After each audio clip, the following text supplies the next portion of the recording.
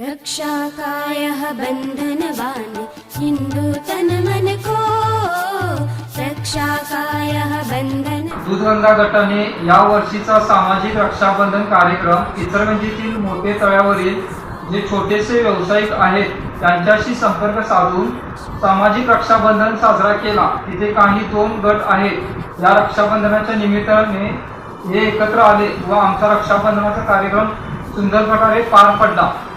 हा सुखद अनुभव आला। या वर्षीचा सामाजिक रक्षाबंधन उत्सव आमच्या हॉस्पिटलमधील आमच्या सहकारी सुरवंशी मावशी यांच्या घरी महापुराचे पाणी आल्यामुळे आम्ही त्यांच्या घरी जाण्याचे ठरवले। त्यांच्याशी संपर्क साधून त्यांच्या घरी रक्षाबंधन उत्सव साजरा करण्याचे ठरवले। पंचगंगा गटातील आम्ही सर्वजण त्यांच्या घरी जाऊन रक्षाबंधन उत्सव साजरा केला व त्यांना किराणा मालाचे सामान भेट दिले। असा एक भावनिक अनुभव आम्हाला आला व त्यांच्या घरातल्यांना पण खूप छान वाटले। त्याचे नाव हिरण्यकशी। आम्ही हिरण्यकशी या ग्रुपच्या माध्यमातून सामाजिक रक्षाबंधन हा कार्यक्रम इचलकरंजी म्युनिसिपालिटी जो कचरा पूर्ण एका ठिकाणी गोळा होतो व त्या कचऱ्याची विल्हेवाट लावली जाते त्या ठिकाणी जाऊन आम्ही त्या सेवेत काम करणारे जे कर्मचारी होते त्यांच्यासोबत हा रक्षाबंधन आम्ही उत्सव साजरा केला।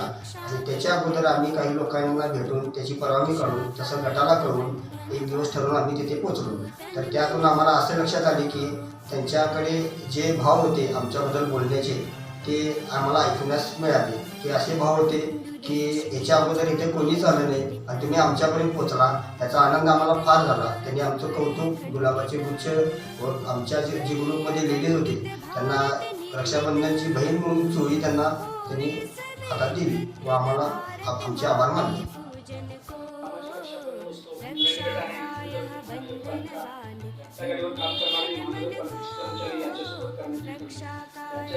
अधिकाऱ्याशी संपर्क करत आम्ही या वर्षीचा रक्षाबंधन उत्सव साजरा केला।